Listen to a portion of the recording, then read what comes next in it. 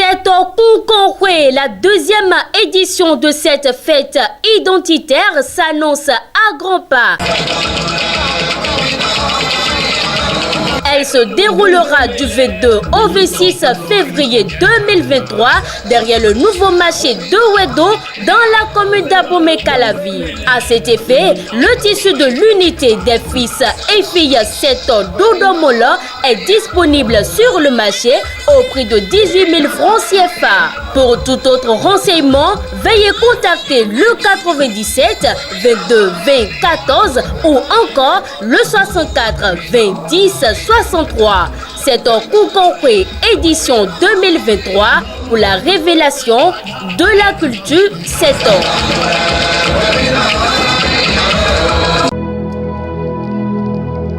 Vous prenez grand soin de votre corps au quotidien. Qu'en est-il de votre esprit? Il est temps de trouver la solution aux problèmes qui vous empêchent d'évoluer. Il est temps de débloquer ce qui vous bloque.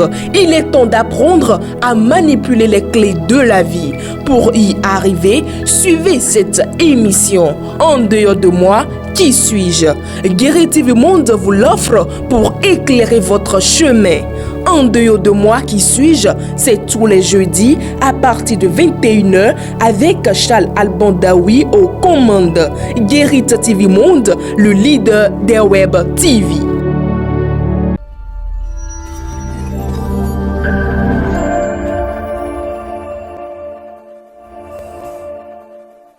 Bonjour à tous.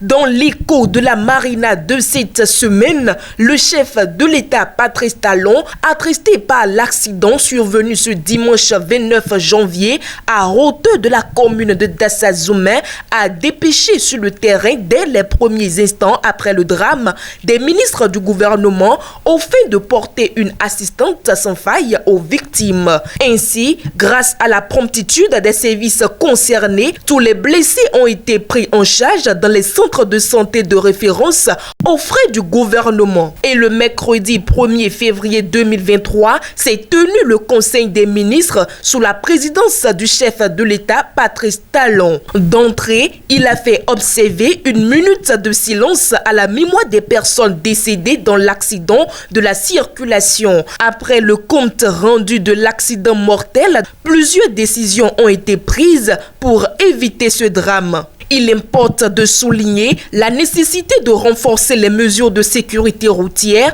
et d'accélérer la réforme en cours dans le sous-secteur du transport routier, notamment la professionnalisation du métier de transporteur, la réglementation sur la qualité du parc automobile avec des véhicules répondant aux normes, la transmission à l'Assemblée nationale dès l'installation de la 9e législature du projet du nouveau code déjà examiné par le gouvernement, l'adoption prochaine de la politique nationale de sécurité routière. Au titre d'autres diligences à accomplir à la suite de cet événement malheureux, le conseil présidé par le chef de l'État Patrice Talon a instruit le ministre de l'Intérieur et de la Sécurité publique pour intensifier par la police républicaine les contrôles routiers avec des moyens adéquats, notamment des caméras dédiées assorties de microphones qui seront acquises incessamment. Le garde des Sceaux, ministre de la Justice et de la Législation,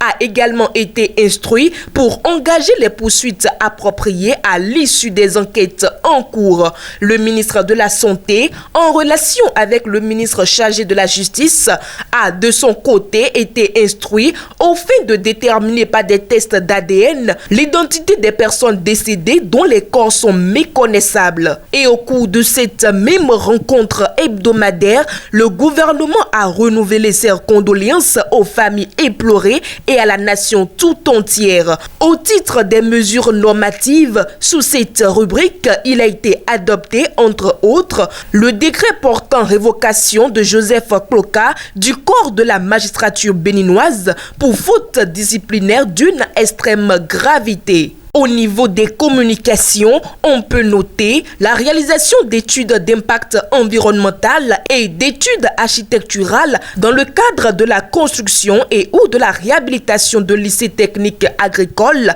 d'écoles des métiers, de lycées scientifiques et d'écoles normales supérieures.